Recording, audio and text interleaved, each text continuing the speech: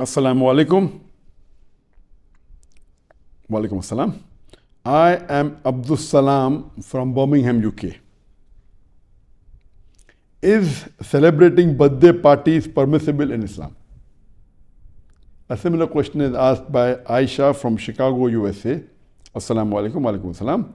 If celebrating birthday is not permissible in Islam because of the un-Islamic activities done, then can we call our friends on the birthday and have an Islamic lecture and Islamic activities? A question on a similar topic. My name is Abdul Moiz. I am from Indian illegally occupied Kashmir. My question to you is whether wishing birthday to someone is permissible in Islam or not. So all these three questions are related to birthdays. The first question is it permissible to celebrate birthdays? The second is that can we, if the activities are not Islamic, can we have a birthday party with Islamic activities? And the third is can we wish happy birthday to others? As far as birthday is concerned, our beloved Prophet ﷺ said that there are only two festivals in Islam. Two annual festivals. They are the Eidains, the Eid al-Fitr and Eid al-Adha.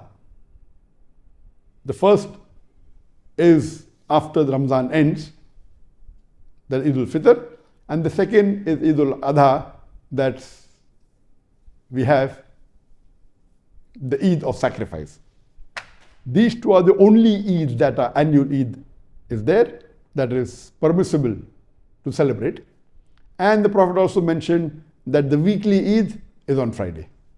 So there's one weekly Eid and two annual Eid. These are the celebration. So any celebration which is celebrated annually, every year, is against the teaching of Islam, except these two, the Eidain, Eid al-Fitr and Eid al-Adha. That's the Eid al-Nahar, the Eid of sacrifice. Birthday is more of a Western culture, and people celebrate it. It is not an Islamic culture, and it is against the teachings of Islam. So therefore, it is not permissible. Any celebration which is done on an annual basis, whether it be wedding anniversary, whether it be Valentine's Day, whether it be Mother's Day, or whether it be Teacher's Day, all these type of days or annual celebration, except for the two Eid, are not permissible in Islam. If you have a normal party for graduation, no problem.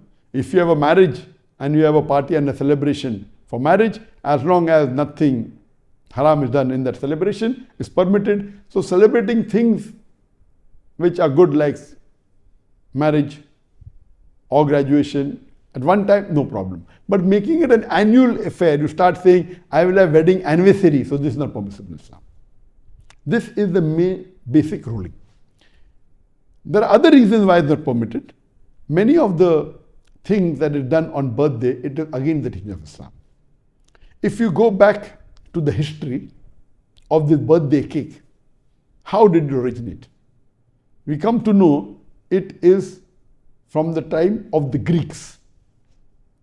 And at that time, in the olden days, they made cake which was honey cake, which was round in shape, to resemble a moon for worshipping moon god. It was round honey cake resembling a moon, and they put candles on it. So this was in reverence to the moon god.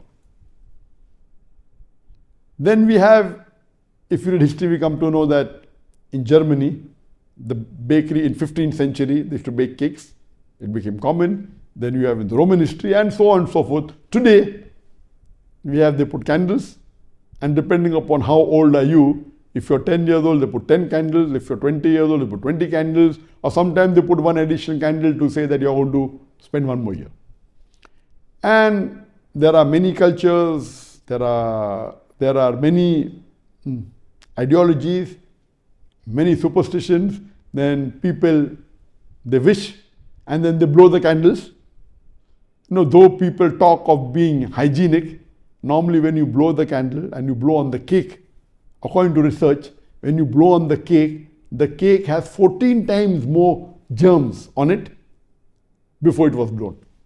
So imagine we talk about hygiene, but we blow the candles. The candle is kept on the cake, and there are germs going onto the cake, and we serve that cake to everyone. We talk about hygiene, talk about science, but this is all unhygienic. There are various other activities associated with birthday which may be haram. For example, today most of the birthday parties, they involve music, which is haram. They may involve dancing, which is haram. There may be obscenity, which is haram. So many activities involved are again the teachings of Quran and Sunnah. But the basic thing is celebrating itself is haram. Second reason is because activities may be haram. The question posed is that what if we do not have any haram activities and we have a birthday party and give an Islamic lecture? Is it permissible? Giving Islamic lecture is good. You can do it any time of the year, on any day of the year, but specifically selecting that I was born on this day, 19th of September, and I will have an Islamic lecture because I was born on this day, this again is not permissible. Having Islamic lecture any day is permissible, but having every year only on that one particular day, it is not permissible. Furthermore, many a times birthday celebrations involve celebration of spiritual leaders, of messengers, like Jesus Christ, peace be upon him. This leads to shirk. It may involve celebration of celebrities, of famous personalities. This leads to hero worship. All this is against the teaching of Islam. Regarding the last question, that is it permissible to wish someone happy birthday when celebrating birthday itself is not permissible? So where is the question of wishing someone happy birthday? Normally, when a person is born on a particular day, the lifespan of every human being has already been determined by Allah subhanahu wa ta'ala. In fact, when a birthday comes, he is going to live for 1 year less. So is it a point to celebrate or is it a point to mourn? So there is no concept, it is illogical that you're wishing someone a happy birthday because he has become 20 years old or 30 years old.